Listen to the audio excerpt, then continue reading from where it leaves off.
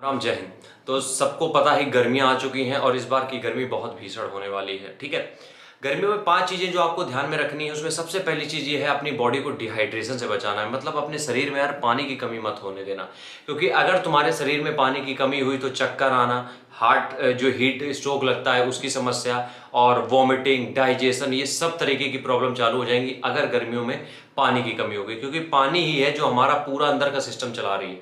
आप समझ लो हार्डवेयर तो आपका इससे चल रहा है, लेकिन जो इंटरनल सॉफ्टवेयर है आपका वो पानी से ही चल रहा है। जितना भी आपकी बॉडी में ऑक्सीजन का सर्कुलेशन हो रहा है ब्लड के थ्रू, वो पानी की वजह से ही हो रहा है। आपका हार्ट, लीवर, किडनी जितने भी अच्छे हैं वो सब पानी की वजह से है। तो पहली चीज ये है कि पानी की कमी मत होने दो। अब पानी का मतलब ये नहीं कि सिर्फ आप पानी पीते रहो, नारियल पानी पी लो, कभी जूस पी लो, गन्ने का जूस आता है, मौसमी का जूस आता है, आपकी बॉडी में लिक्विड जाना चाहिए बस। अब इसका एग्जैक्ट हम मेजर नहीं बता सकते कि आपको 2 लीटर पीना चाहिए, 3 लीटर, वो डिपेंड करता है कि आप किस एरिया में हो, किस एनवायरमेंट में हो, किस जगह गर्मी ज्यादा पड़ रही, किस जगह कम पड़ रही, तो वो आप अपने हिसाब से देखो। ठीक है, दूसरी चीज आपको ये करनी है, दूसरा पॉइंट ये है कि कोल्ड ड्रिंक्स पे मत फोकस करो भैया।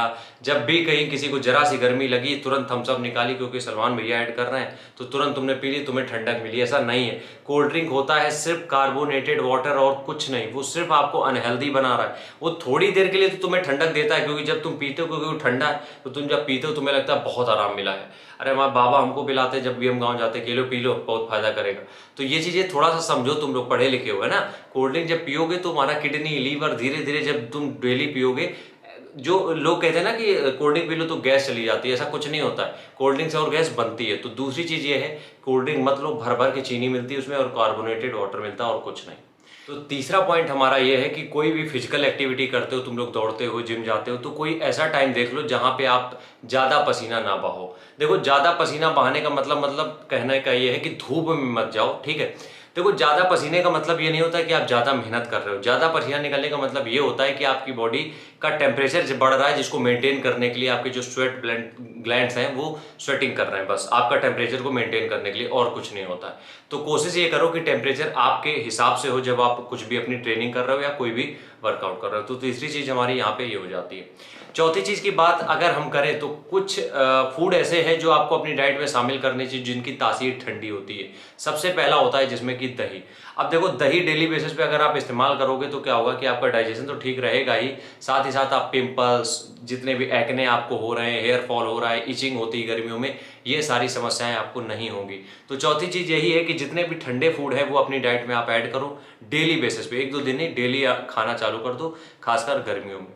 अब अगर हम पांचवी चीज की बात करें, पांचवें पॉइंट की तरफ अगर हम चलते हैं, तो चाय कॉफी का सेवन थोड़ा सा कम कर दो। अब क्यों?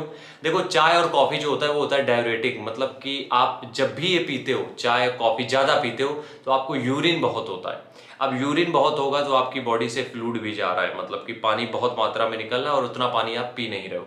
तो पांचवी चीज यही है कि अपनी डाइट में जो भी, अगर आप दिन भर में 2 चाय पीते थे तो उसको 1 कर दो, 3 कॉफी पीते थे उसको 2 कर दो। मतलब ये नहीं कह रहे खत्म करनी, लेकिन उसकी लिमिट कम कर दो, क्योंकि ये आप जब भी पियोगे तो यूरिन आपको बहुत होगा, जिसकी वजह से समस्या ये आ जाएगी कि आपकी बॉडी में डिहाइड्रेशन होगा, मतलब कि पानी की कमी हो सकती है।